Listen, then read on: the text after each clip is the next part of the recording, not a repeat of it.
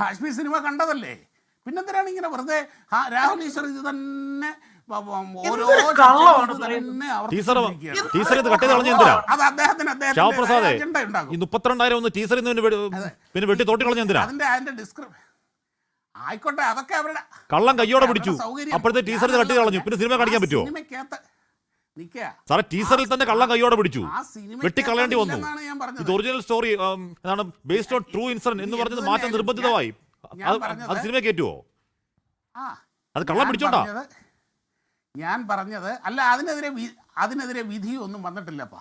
ഞാൻ പറഞ്ഞത് സിനിമയെ പറ്റിയാണ്. ഈ സിനിമ ഞാൻ കണ്ടിട്ടില്ല. അതിൻ്റെ ട്രെയിലറുകൾ മാത്രമേ കണ്ടിട്ടുള്ളൂ.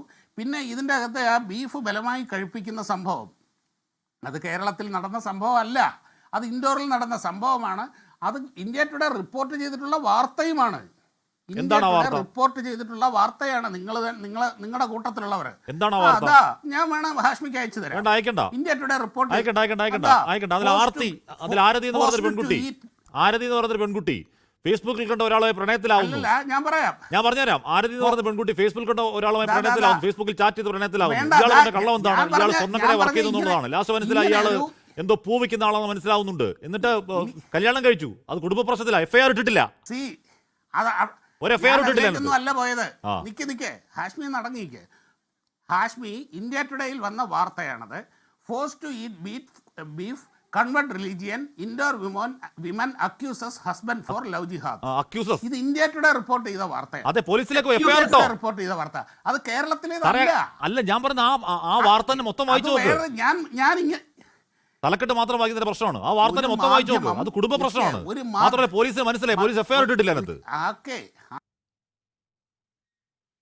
ഇനി പോട്ടെ, ഇനി അങ്ങനെയാണെങ്കിൽ ഇൻഡോർ സ്റ്റോറി എന്ന് പറയാം, കേരള സ്റ്റോറി എന്ന് പറയണം.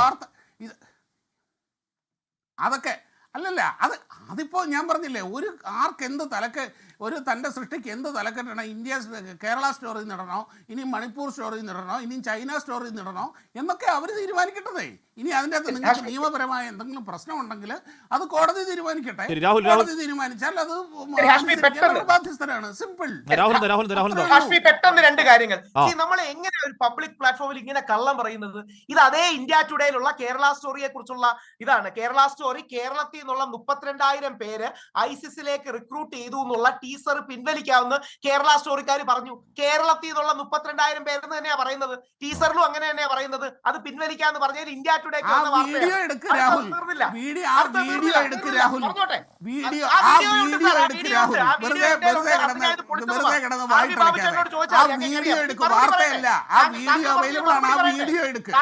മറുപടി പറയുന്നത് ഈ പെൺകുട്ടിയുടെ ആരോപണം മാത്രമാണ്. ഈ പെൺകുട്ടിയെ കുറിച്ച് ഈ പെൺകുട്ടിയുടെ ഹസ്ബൻഡ് ആരോപണം ഉന്നയിച്ചിട്ടുണ്ട്. ഈ പെൺകുട്ടിക്ക് വേറെ ആൾക്കാരോട് ബന്ധം ഉണ്ടായിരുന്നു, 3 തവണ വീട്ടിൽ നിന്ന് ഒളിച്ചോടാൻ. അതായത് യഥാർത്ഥത്തിൽ ഒരു ഡോക്യുമെന്ററി എവിഡൻസും അല്ല, ഈ പെൺകുട്ടിയുടെ അക്യൂസേഷൻ മാത്രമാണ്.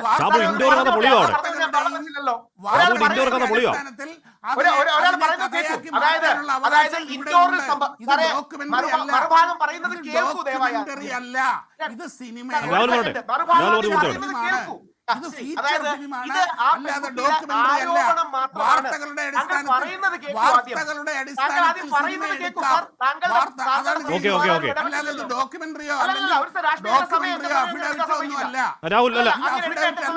സമയമാണ്.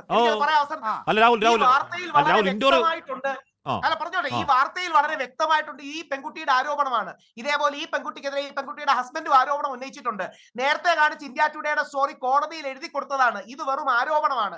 യഥാർത്ഥത്തിൽ ടോക്സിക് ഫെമിനിസത്തിന്, തീവ്ര ഹിന്ദുത്വത്തിൽ ഉണ്ടാകുന്ന കുട്ടികളാണ് കേരള സ്റ്റോറി 2.